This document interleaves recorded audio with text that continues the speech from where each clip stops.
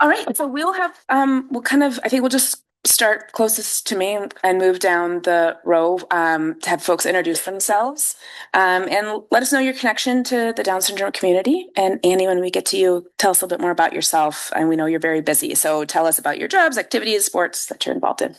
Okay.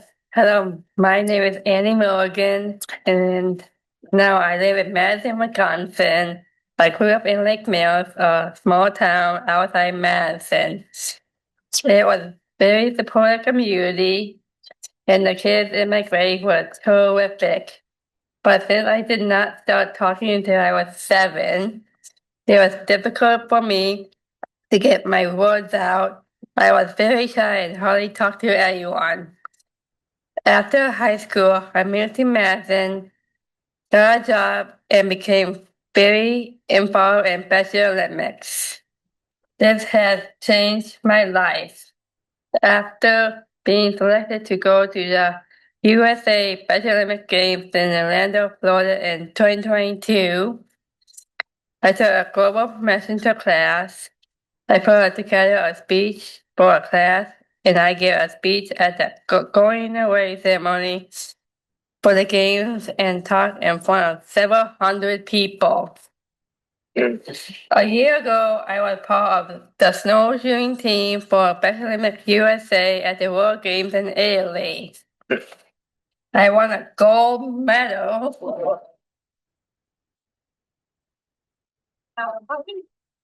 in the 100-meter race and a silver medal in the 4x100 relay.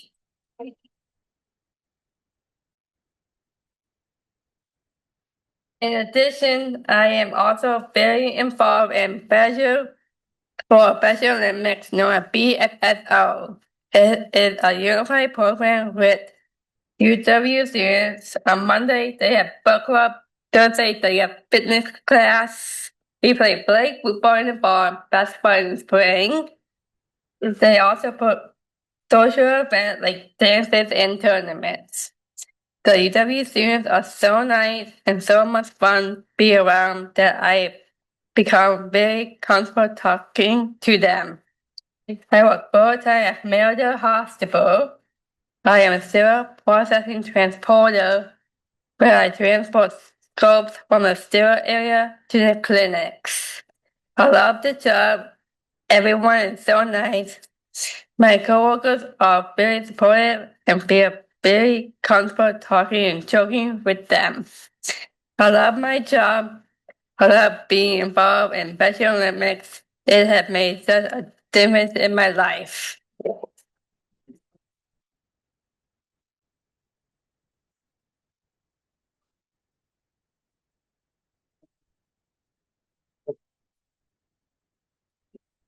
Great. I'm Kathy. I'm Annie's mom. So No introduction there. Hi everyone, I'm Nick Bauer. I'm connection to Down syndrome. I'm dad of Chase Bauer. Also, I was on the board for DISA and previously MADS for 4 or 5 years there. So I'm still active in that community. So I'm Chad Blackburn. My son is Caleb. He's 11. And my wife's the more expert. But she's with Caleb today. So glad to be here. My name is Chris England. I have a son with Down syndrome, Ollie. He's 12 years old. I'm also involved with Gigi's Playhouse. I'm currently on the board of directors as the board secretary. And my name is Sarah Barrett, and I have a daughter with Down syndrome who is 7. And I am also on the board of Gigi's Playhouse as the board president. That's where I've seen you before. Thank you. One thing that I think was fun is as we were recruiting for the panel, we had a lot of times our goal is to have like a wide spread of ages and that kind of thing. And we ran into a lot of activity conflict because the families were all involved in different sporting events for their individual with Down syndrome, and so they weren't able to come today, which I think is really fun. Best problem to have. So we're obviously very happy to have you here, and I'm not saying it like that. I just think it's fun that we have so many folks that are busy doing sports right now, and that's part of what we're going to talk about today. So because our focus is on nutrition and movement, we're going to kind of focus our questions on that. So we're going to kind of do a two-part. So we'll start first with just talking about eating. Some of these questions may be more relevant to others on the panel, so you can kind of just, pass if you don't feel like you have more context to share.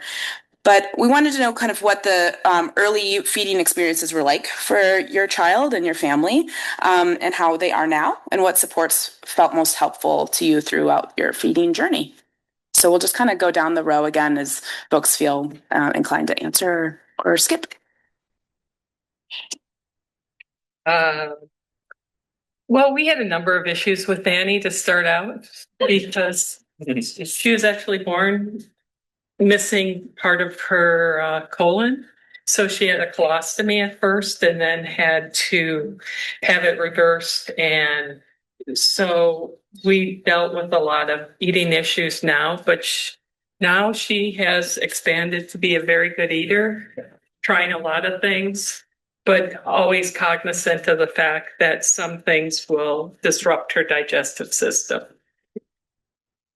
And I should have mentioned earlier, but Chase, he's 9 years old. I don't think I mentioned that, but yeah, his feeding journey kind of was, he had some GI issues early on, a lot of reflux, struggles with, kind of oral feeding. So he was tube fed for the first few years there. We were able to, then with the reflux going, we actually started blending our own diets. Mom did that, I'll be honest. But for a while there, he was the most nutritiously fed person in this room, every room, right? It's just the perfect diet. So that was great. We did get him transitioned to, solid foods, oral eating. And for a while there, he was actually eating everything on the plate. So that was also terrific. In recent years, all of that has gone away. And it's just like the breadth of food that he would take and eat is just like continuously shrinking. Toast and butter and bananas are the only thing he would eat if we allowed him to. It's the only thing he ever wants to eat. So we're kind of, struggling a little bit there, trying to just widen his horizon again on different foods, but that's kind of where we're at. So. I guess it brought me back to when Caleb was born, and right away there was issues, and we got through that with support. And then now, one thing, I didn't think this was going to be one of the questions for everyone, but I did. One thing that's really helped now has been the Beyond Y chair. That was recommended. And he's getting so big now. I'm like, hey, it's about time to give this one up. But that's his eating chair. But like Chase, Caleb doesn't eat solid foods. Well, he does. He eats goldfish crackers. Never seen anyone eat so many goldfish. And that's what he eats. And very shapes and things like that. Like his mom was working and we were eating and doing some dishes, and Caleb was having his goldfish, and all of a sudden I saw him push something aside, and I went, oh, I went and looked at it, and it was a hard object. I'm like, whoa. Well, it was his tooth. He lost his tooth. He just kept on eating. He pushed that aside though, because very particular, and even like, yes, yeah, even, we heard about the rainbow and the, he'll only eat orange ones. So, it's, everything, my wife, the nutrition expert, everything's all blended up. And Caleb, what do you want for dinner? Soup. Soup. And it's, it's all different. And that's what Caleb eats. And a big thing, maybe a month ago, we put blueberries in the applesauce, and that's like, yeah, all right, so I'll pass. When my son Ollie was born, he had a heart defect. One of the side effects was that he wasn't able to latch on, and he wasn't able to suck very well. So early feeding relied a lot on gravity and letting the milk or formula just drip into his mouth. Because he couldn't suck well and we wanted to avoid a feeding tube unless absolutely necessary, we spent a lot of time just holding the bottle, relying on gravity, as I said. And this mostly worked, although it was quite time consuming. There's actually quite a few pictures of me on social media sitting in a chair asleep like this. At 6 months old, his heart was repaired, but he required a special fortified formula for a while after that came in these little cans. And it was the worst smelling formula I have ever smelled. It put me off my feed. But thankfully he didn't seem to mind. The formula went down early on just with the gravity at first, but then as he started recovering from the surgery, he was able to suck. We started introducing other foods as we felt comfortable doing so. That early journey of starting new foods really seemed a lot simpler compared to getting him to eat new food now. Because early on he would put anything in his mouth, and well, I mean, if it was food, he would swallow it. Now he has a lot of very strong opinions on his food, its texture, and sometimes even its color. You mentioned the rainbow goldfish. If it's not the orange goldfish, he does not like it. So he's 12 now. It is sometimes a challenge to get him to eat more than just his 5 favorite foods. He doesn't like pasta. He doesn't like soup. He doesn't like some vegetables or meat that isn't breaded. So early on, the biggest help I was able to get was actually from the Birth to 3 organization or program. His doctors, some people at the hospital we met with, and actually the first Down syndrome clinic that we attended here at Weisman Center was extremely helpful in giving us ideas. Addie is also team orange goldfish. Our feeding struggles also started at birth. I think I probably tried to nurse for too long. She was getting very sick. She was silently aspirating and developing pneumonia quite a lot. Eventually we went to bottle feeds, same situation. We had a special pillow. We had her on her side. It was a production to feed her with the bottle. I think we probably also stuck with that too long in an effort not to have a feeding tube. Got the feeding tube, changed our life and our stress level. Kind of wish we would have done that a little bit earlier. It just took a lot of stress off of us and I think her, and we were able to do other things in the day than try to feed her. As she got older, introducing foods was a challenge. She now drinks Cape Farms, which is a nutritional drink, which has been great, allowed her to put on some weight. Her eating is kind of interesting in that she loves meat. Any kind of meat, as long as it's not mixed with anything. And so she eats meat and processed snacks, crackers, cookies. She's also recently started verbalizing more. So her favorite thing to say is, "Do you have any cookies?" We found feeding therapy at UW to be helpful. She also very quickly mastered the technique and was amazing in therapy appointments at doing the touch it, smell it, lick it. Unfortunately, that's as far as we got. When it comes to fruit and vegetables, she will still do that at home, but we're not eating them. We are eating some dried fruit, which has been a real victory, but almost no vegetables. So I'm going to do a quick plug on Gigi's Kitchen again, because it's amazing what a little bit of peer pressure can do for our friends trying different foods. Sometimes even if they're not eating them, they're touching them, they're trying them, and they'll take them out to like mom and dad, like you can eat this, but they're sitting with their friends and trying it. So we call that best of all. So best of all, even if it's goldfish, we love that. So one more question on feeding. So what helps make mealtime more positive and enjoyable in your homes? Whoever wants to start. I'll go. I guess for us, it's just about making it fun, right? I'm a child at heart still, so it's pretty easy for me to like.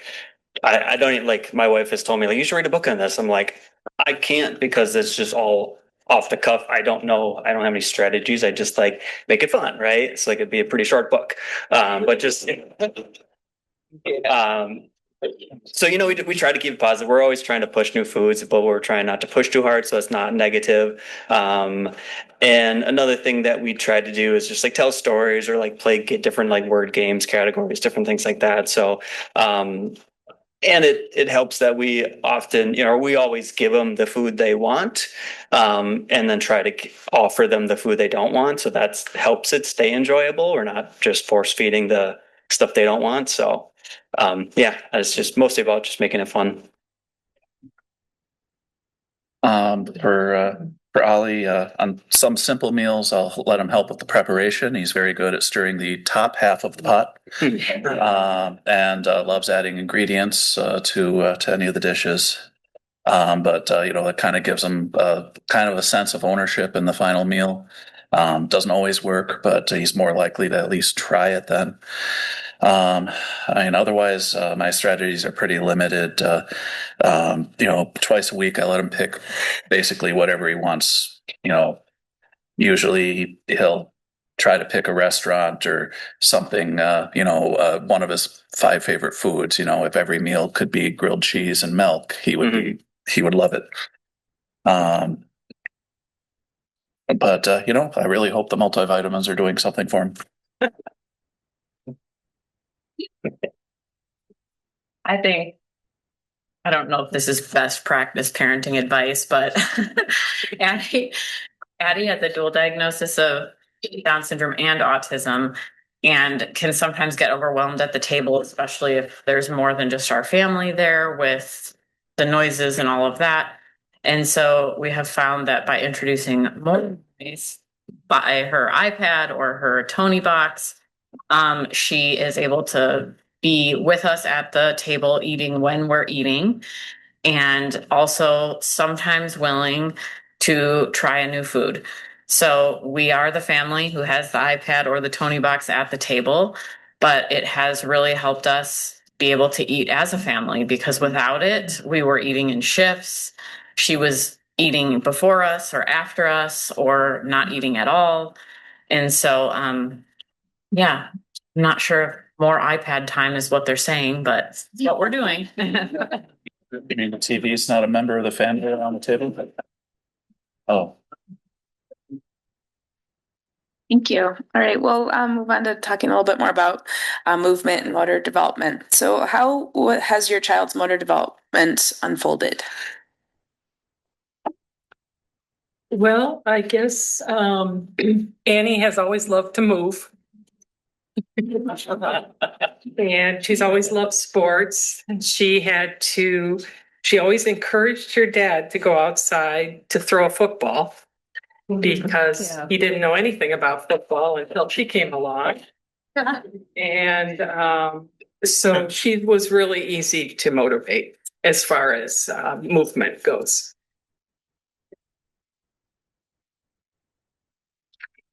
I don't have a whole lot here. Chase has always been a mover, so it's not been hard to kind of, get him moving. Obviously delays, right? But just, going to PT since he was a little guy, but he's always made steady progress. So yeah, been good in that area. Yeah. Brought me back to think of when Caleb was a baby and didn't move much, and then also wasn't rolling over and crawling, so everything was just delayed. And then through Wiseman Center and GG's and DSAW, then you learn low muscle tone and like pronation on the feet and then flat feet and then kind of different classic things and but with that being said, that's been I've always liked sports, so we started throwing balls early and Caleb loves any ball. He has a million balls and always wants to play ball and just like some of the sure today, just getting outside, going across, playing like Miracle League baseball. It's been great. It's inspiring for everyone. And then I watch the Packers, so we play football. What do you want to do? Play football. Um, basketball, soccer, dancing, Kids Strong, then through the CLTS, that's been a benefit on some things. There's Dolphins Cove, and then there's a pool, and so get to go in the pool and down the slides, all different sort of slides. So it's nice. He keeps active, as long as I or we, get him there and keep going, and do something. So it's fun. If I could just jump back in there, you reminded me of something. There was a period, I don't know, age 1, 2, something like that. He was still just like kind of in the phase where just sitting up and like precursor to crawling, but he could only turn one direction. So if like he was sitting here and wanted to get his water, he would literally go 355 degrees around to grab the water. So that was fun and Yeah. a milestone in his motor development, I would say. My son wasn't able to walk until he was 3. In fact, he walked before he crawled. Most of his movement from between age 2 and 3 was scooting around on his butt, but he could go really fast that way. First time I actually saw him walk was at a physical therapy appointment. We were in the waiting room, and when the therapist called her name to go to the room, he just stood up and walked to her room. The therapist asked me, "It's like, wow, that's really good. How long has he been doing this?" I like about 30 seconds. So he progressed pretty quickly from there.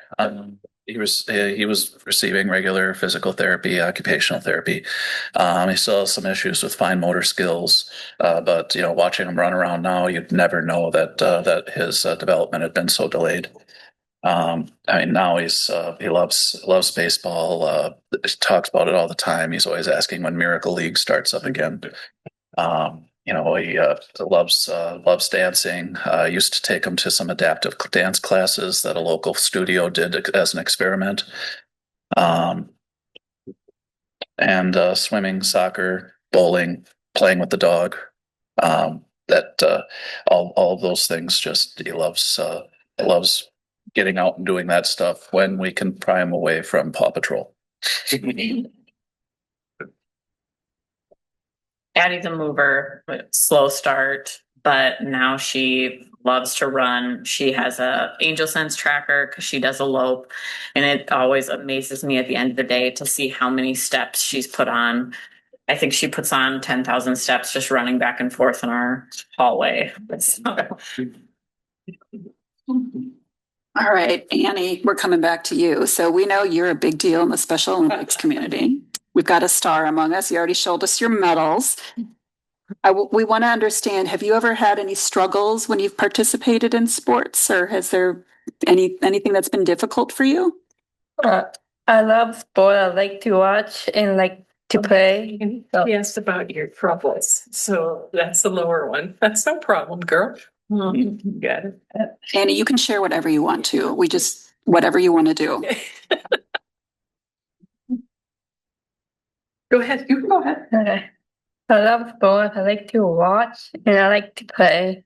I started when I love and like I live in Lake Merrill, but became much more involved when I moved to Madison, participating in basketball, bocce, cornhole, flag football, tennis, swimming, and also snowshoeing. Do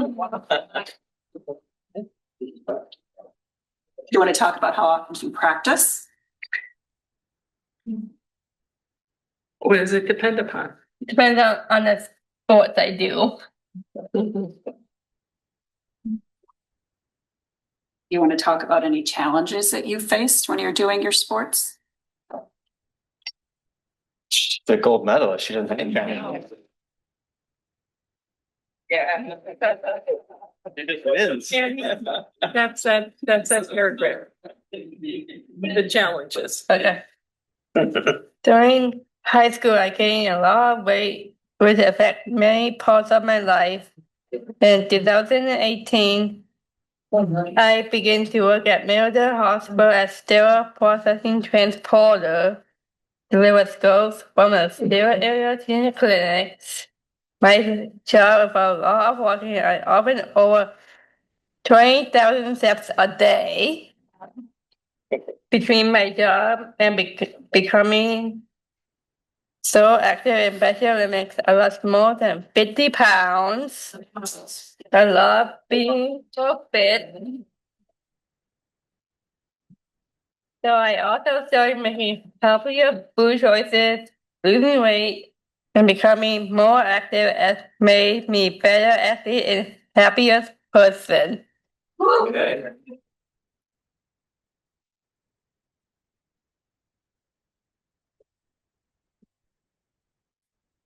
Thank you. Awesome. We just wanted to ask if other folks have challenges that maybe haven't discussed yet related to physical, behavioral, systemic that you've encountered when trying to help your child be active.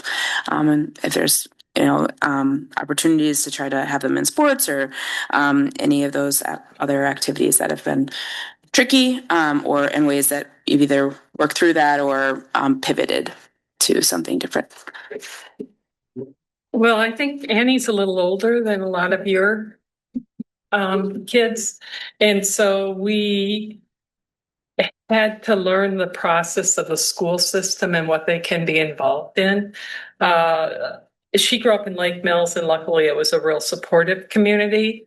So being in a smaller community and like that, they needed athletes for a lot of sports. So like she was the JV girls track team for a while. It's the only JV on there because everybody else was on varsity in that. But there are times, I found out like, well, for gym class, the gym teacher just lets her go and shoot baskets instead of being involved in all the other activities. So, you just have to work with your school and work with the system as it goes on.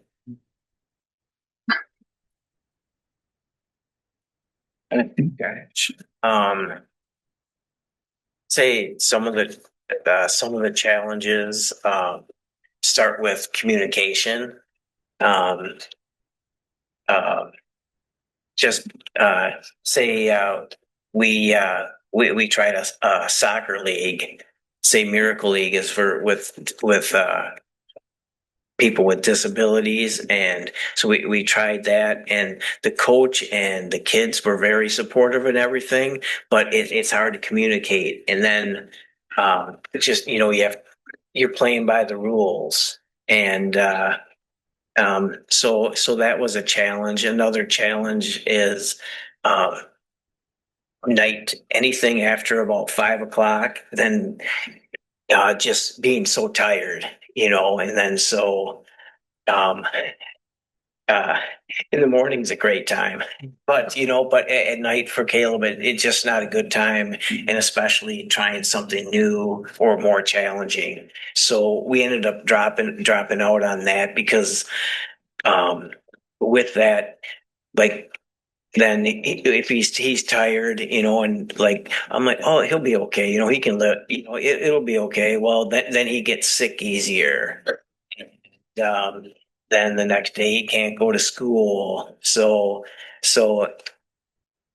would like to try it again, but I mean, right now that's the pattern, and mom wins, and I see it now.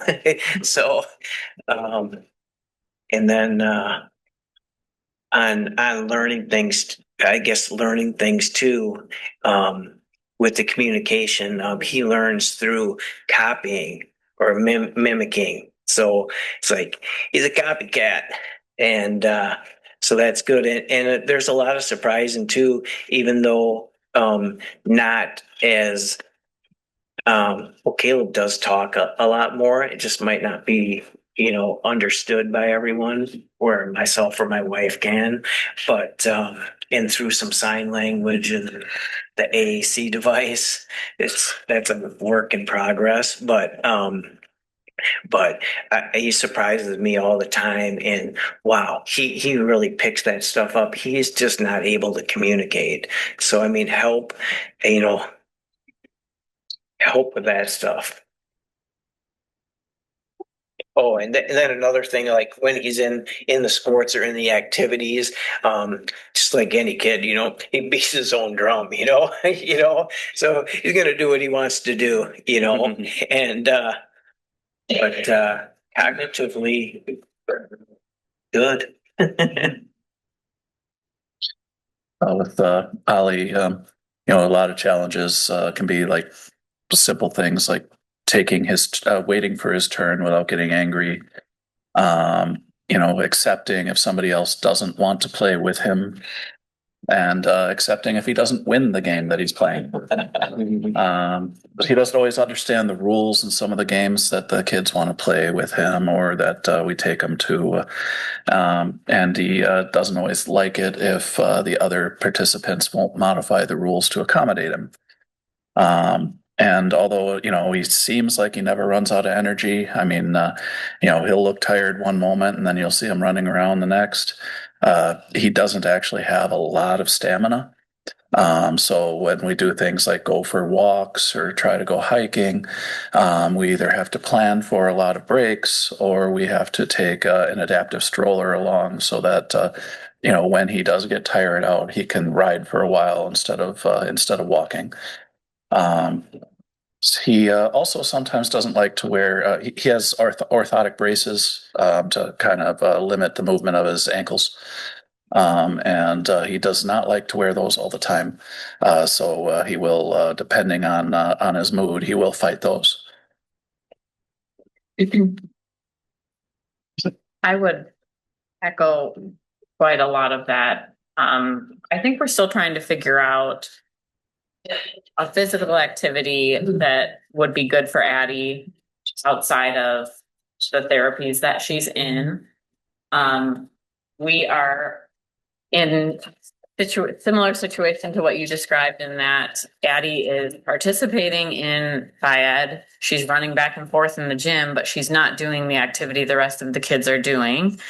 We've asked about adaptive PE. It's not being done in our elementary school, despite one of our gym teachers having that certification.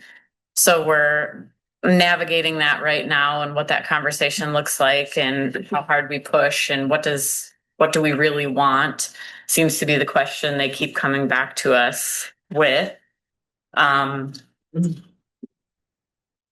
I think Miracle League was not it for Addie, although I loved going to the games. But we're still looking for what is that activity, something where she can practice taking turns, something that she's interested in doing, and what that looks like for our family. She also wears orthotics. There was a period of time where they thought that she didn't need them based on how she was walking and what her foot looked like. And when she stopped wearing them, we noticed that her activity level went down pretty significantly. And her school-based PT actually recommended that we try them again. And she just needs that input. When she has that input on her feet, she seems to want to do more. I'm going to step out of the facilitator role and answer as a mom really fast. So my daughter has Down syndrome. She is 9. And I just, from your question about the adaptive PE, something that they have been doing in her school is one of her adaptive PE sessions is actually just previewing what they're going to be doing in gym class the next day. So then it's like a one-on-one or a really small group where they just practice that same activity.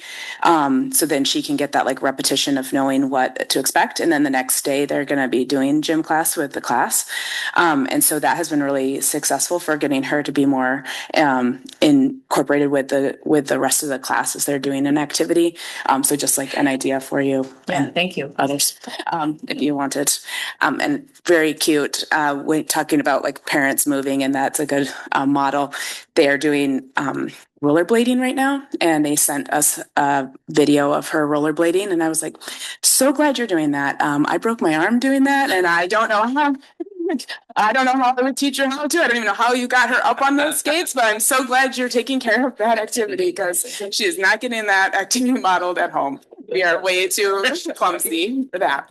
So, all right. And our kind of last group question, and we'll ask Annie another question here in a minute, but what are some programs and community organizations that you guys have found particularly supportive? And we've mentioned a few of them, but if anyone has anything else to add.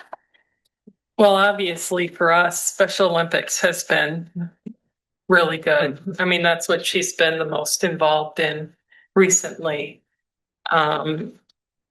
I mean, Gigi's and DSAW has both been very helpful too. Yeah, I would say Gigi's Playhouse and DSAW, I mean, those have been the most important ones, I think. Just they've given so much to us over the years. We've done the Gigi's Fit, we've done the Special Olympics through Gigi, so Special Olympics as well. I would also say like even I-9 Sports, and that actually was a challenge in getting him into the I-9 Sports program. I don't know that. I don't know. It's just like an after school type of program for different sports and things like that. I'm sure they do maybe wider than that even, but that was a challenge getting him in there because of Down syndrome. But we did get him in there. And then it was a great time. So he did that. He did swimming. Forget where we took him actually, but they were able to give him kind of some adaptive one-on-one attention. So that was really good and really beneficial for him as well. So I think that's it for me. And Chase, Gigi's, DSAW, Miracle League. Oh, yeah. Miracle League too for us. And like our adventures with trying the soccer league, and then the Kid Strong, and then that's the communicating with that. It's good, but a couple times I'm like, maybe we should be going to a different program. So he's going today. Early on, the Birth to 3 program was able to point us at a lot of resources, help us learn which questions to ask to doctors to get referrals for things like physical therapy. The Wisconsin CLTS and Katie Beckett program, they've continued to be helpful. They've helped me get swim lessons for my son, adaptive swim lessons. They also actually helped us get a fence put in our backyard so that I could actually let him do things in the backyard, because he has a habit too of also escaping. So yeah, he's also wearing a tracker.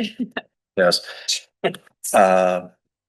They're always forwarding us information on various activities and programs that we might be interested in as well. The Down Syndrome Association, DSAW, they regularly host events and outings that he loves to participate in. Gigi's Playhouse, of course. I'd be remiss if I didn't mention them, especially since my son's finishing a program there right now. Gigi Fit, in fact. They've also helped.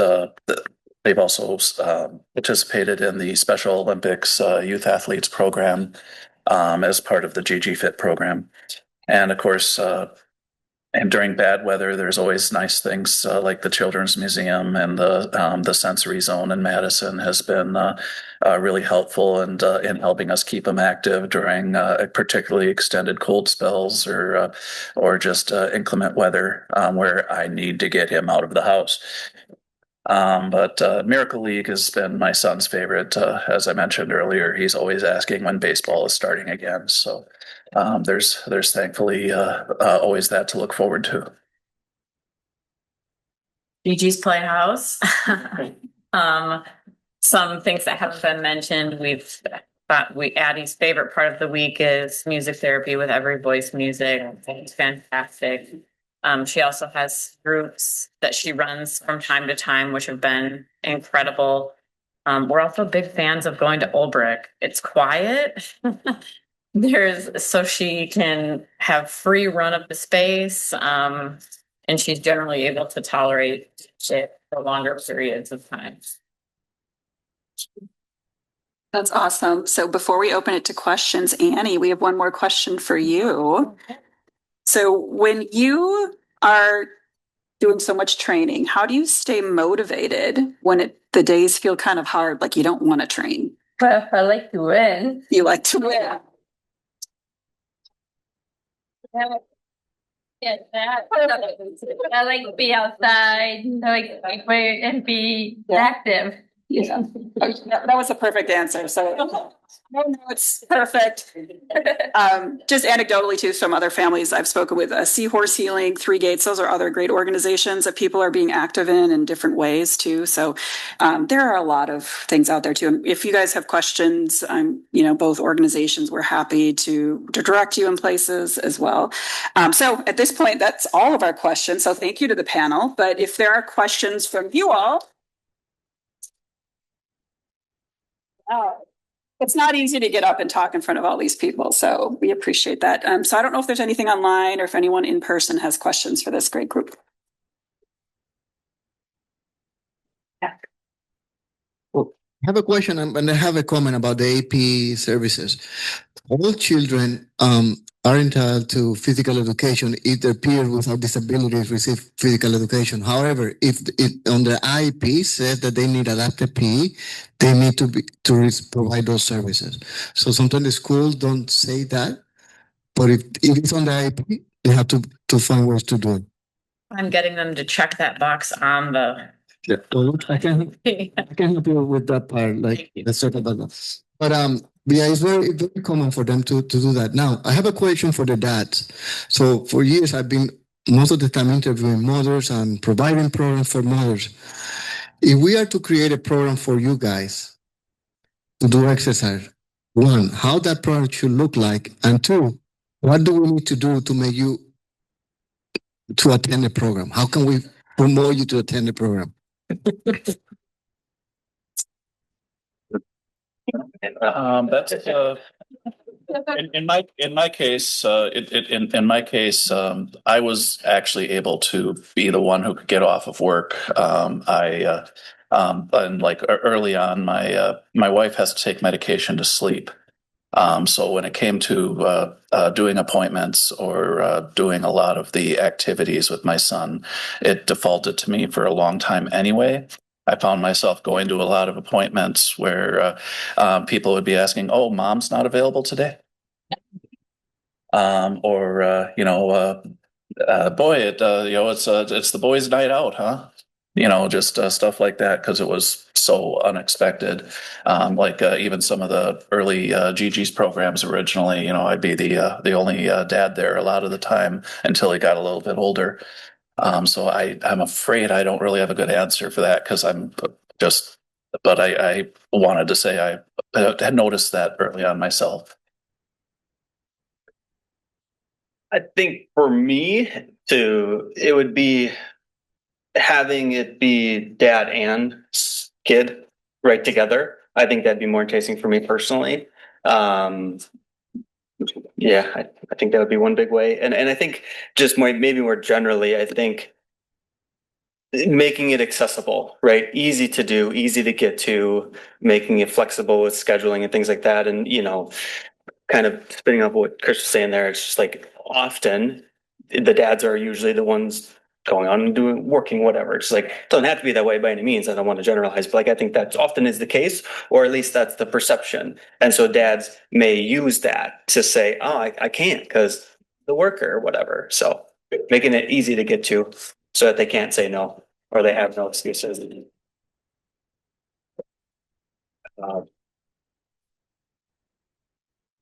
I work Monday through Friday in the day, so that's how it is right now. Things change.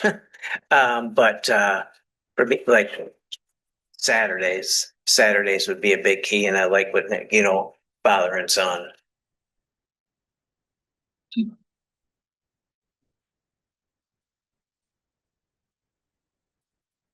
I'm wondering if you run into the situation where a program is advertised as accessible, and then you go and it does not meet the needs of your family, and then how do you navigate that? And if you have any advice for family members.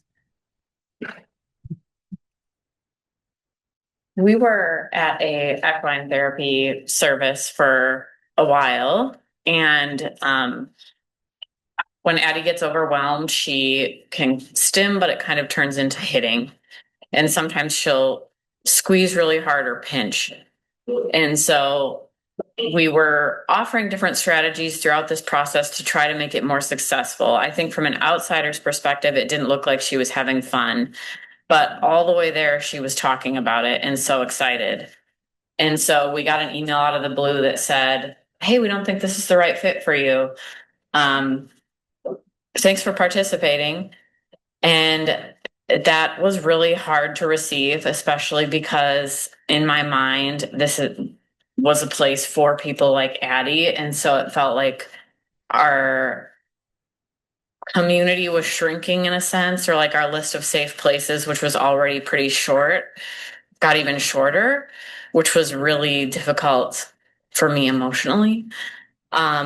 And so I sat on it for a couple of weeks, and then I reached out and wrote an essay about my feelings, about different ways that we had tried to offer collaboration. Like my husband actually had volunteered to kind of support her on the horse, because we understand volunteers don't want to be hit. Like, I get that. You do. And they're volunteering their time, and they don't have necessarily the training and all of those things. And so we received a really lovely email from the executive director that said, I'm so sorry you had this experience. We did not handle it well. Can we have a conversation? Which was amazing, because I had kind of just written it off and wasn't excited to go back. And so we're working through now, what does it look like for her to come back? We're trying to eliminate variables that might have been part of what was causing more of the behaviors. It was getting cold. She doesn't like the boots. She struggles with the helmet. So we're kind of working through that process now. But my initial instinct was to shut down and be like, that's not the place for us. Mm-hmm. I'm glad I decided not to. I'm glad that we're having those conversations now, but it's really hard. And it's also just another thing that people have to do. And when you have to do it inside of a space that you didn't think that you would have to do it, it's especially painful. A lot of my own experiences early on dealt with actually just finding childcare, not even the programs. Where at first the places we'd go to interview would be they'd be gung ho, they'd talk big, and then after meeting with us and seeing our son, we never heard from them again. That type of deal, or we just got a generic rejection. Thankfully, we were able to find some places that worked with them great. As far as programs go, I think the biggest challenge we had was programs that wouldn't accept kids that weren't potty trained. Yes. So my son wasn't potty trained until he was 11. And so they talk about all of the ways that they were adaptive. They had people that would be willing to deal with all kinds of behavior issues, but nobody will change a diaper. It's like, it was like going to my dad's house. Anyway, no, just kidding. That's unfair. My dad actually did change my son's diaper a few times. Anyway, that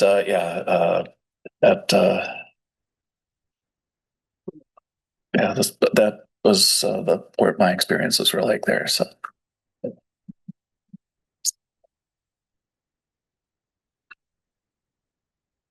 Well, not much of a question because everybody on this panel knows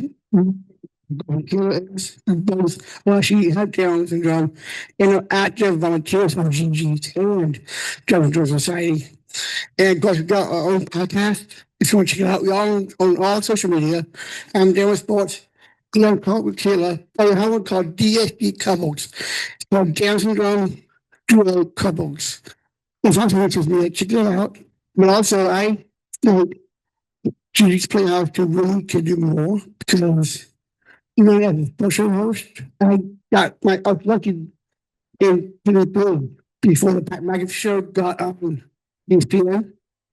I was able to call in and got on. And I also went for Madison. What doing? My girlfriend do the same. Is yesterday I got myself on the Rich Eisen on Disney Plus. Where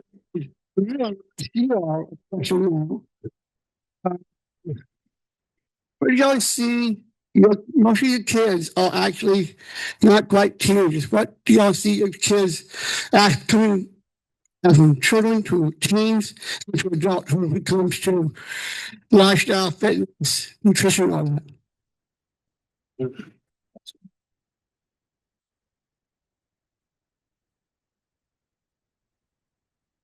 Well, Annie's an adult and has moved through the transition really well to figure out her fitness and nutrition.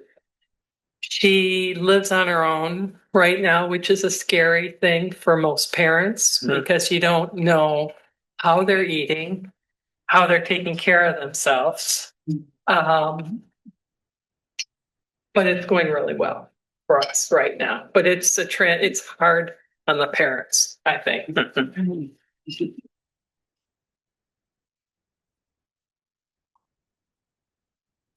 If there's no other inputs, you guys have shared a ton. This is it. So I believe we have wrapped it up. So another day with the experts, Down syndrome. And I don't think I've ever laughed so much as I have this year. So this was just super fun from my perspective. But so I don't know who else wants to.